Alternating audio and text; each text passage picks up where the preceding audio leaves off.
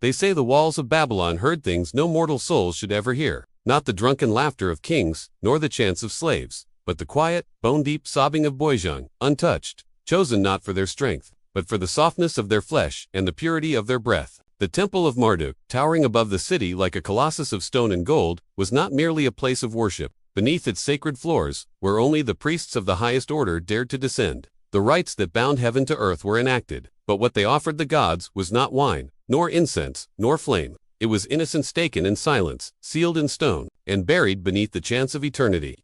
I was an archivist then, barely of age, apprenticed to an elder whose fingers trembled, not from age, but memory.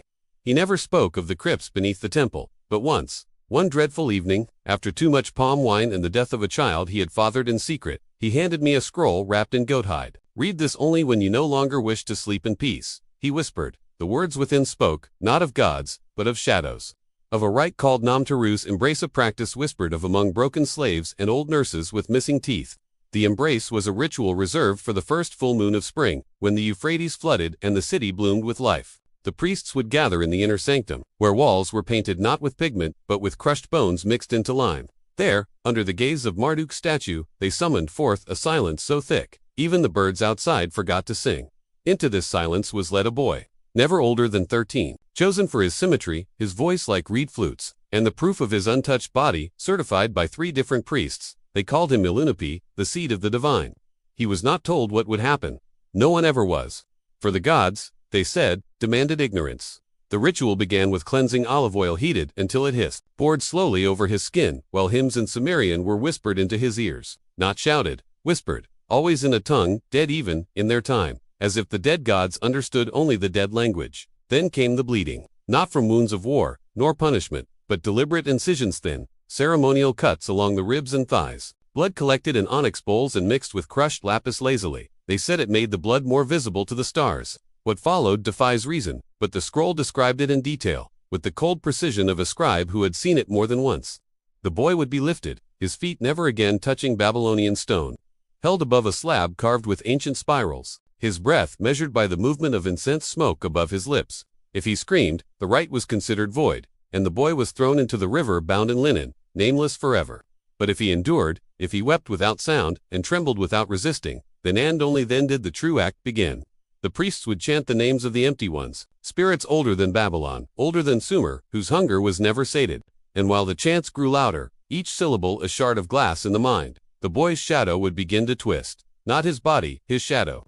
As if something beneath the world reached up through his silhouette, bending it into forms no man should cast. At this moment, they claimed, Marduk opened his eyes. Just once, and in that single blink, a soul could be devoured. What remained after was not a boy, but a vessel, a thing made hollow, smiling, eyes open but seeing nothing. They were kept, these vessels, fed honey and milk, sung to by temple virgins, and bathed thrice daily in cedar water. For 7 days, they were walked around the temple walls, never speaking, never sleeping.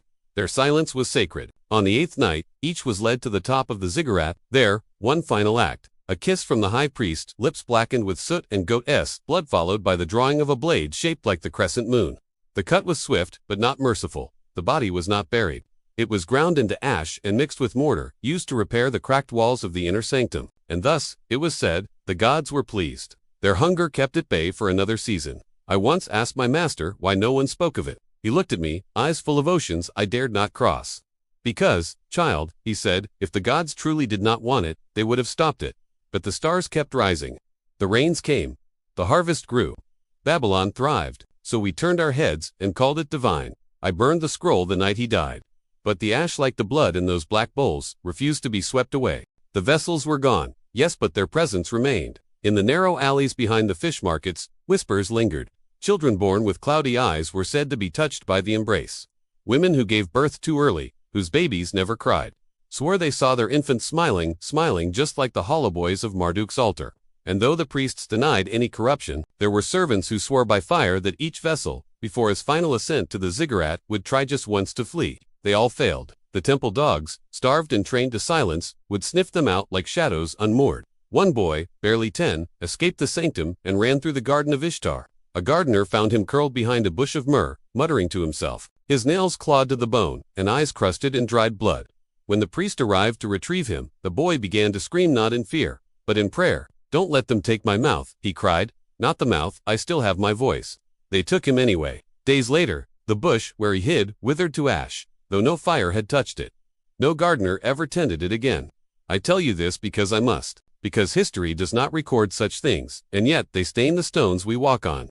One priest, named Adam, broke the silence once. A high adept of Marduk, he had served for 20 years and performed over a dozen embraces. But on the night of his retirement, as he walked barefoot through the temple colonnades, he began to tear his robe and beat his chest until his fingers broke. He screamed not in pain, but in memory. "They showed me," he wailed. "I saw what comes after the kiss. I saw where they go. They say the guards tried to restrain him, but he bit off his own tongue before they reached him.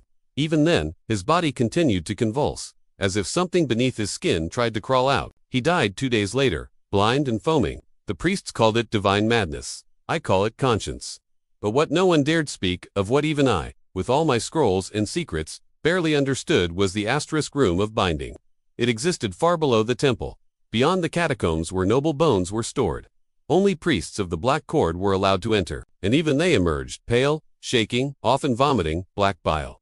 It was said the room was circular, with walls carved from a single slab of obsidian that bled when touched. In its center stood a basin filled not with water, but with a gelatinous fluid that shimmered like oil and screamed when stirred. This basin, they believed, housed the residue of every vessel. Not just body, but soul. Every fear, every cry stifled under ritual silence, collected, preserved, distilled, during droughts, or war, or plague. When Marduk's favor wavered, the priests would descend and drink from the basin. Just a drop. Enough to taste the fear, to remember the sacrifice.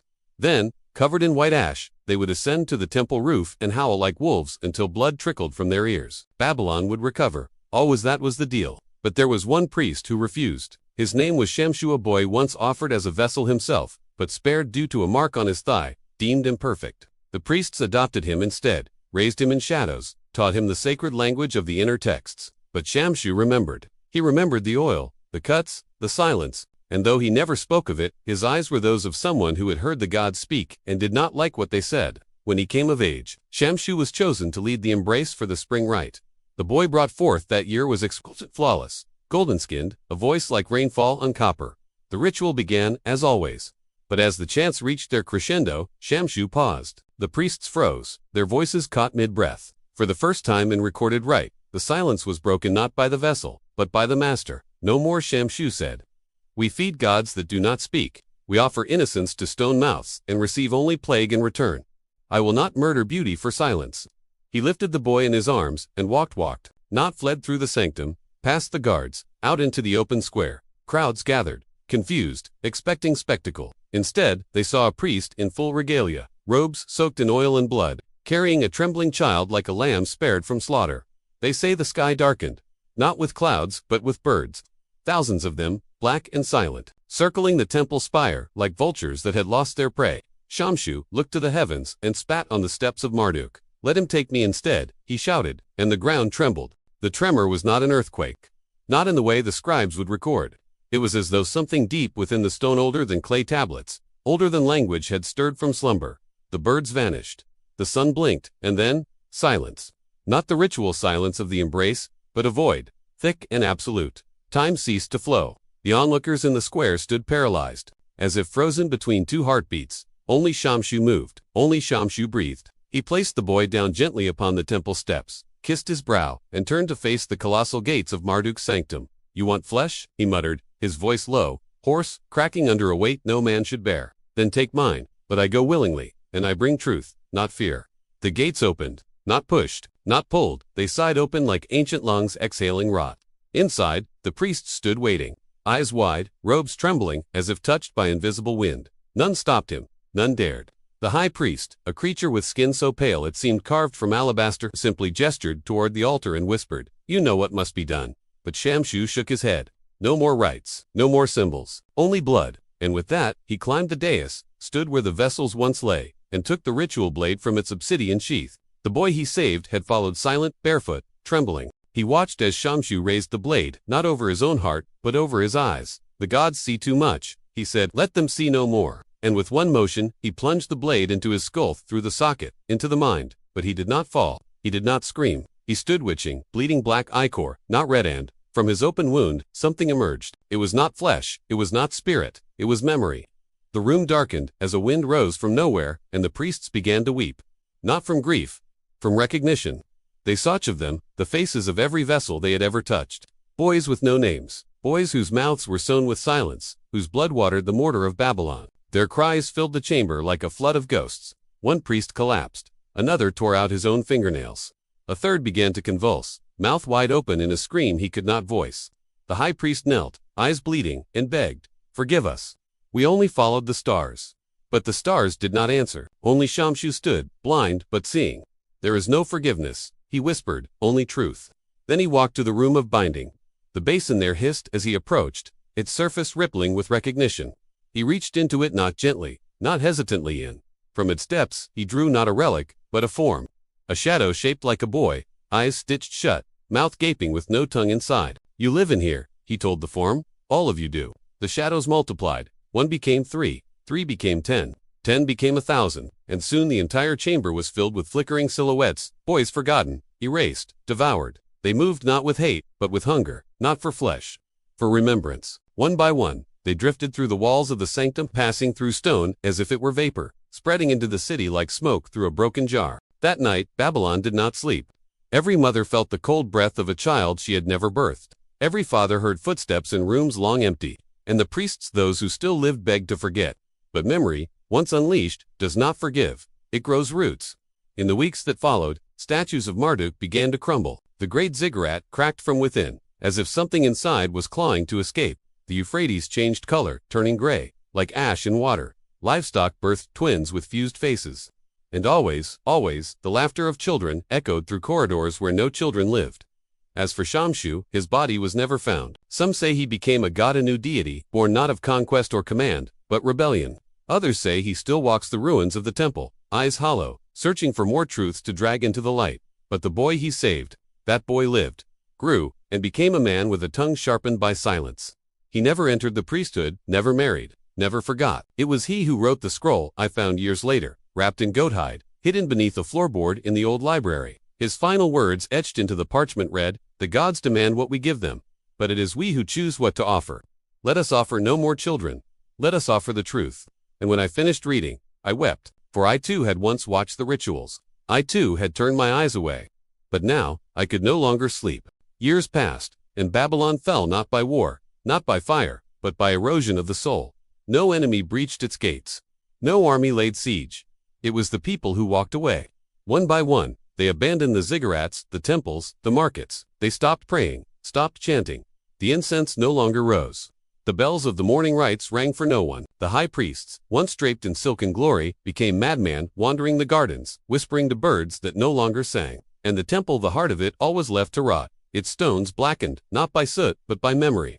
I returned there once, as an old man. My hair was white, my eyes dim, but my steps were drawn to that place, like an old wound reopened. The gate was half collapsed. Ivy had begun to strangle the sacred lions carved into the pillars. The air stank, not of rot, but of old sorrow, like tears left too long on stone.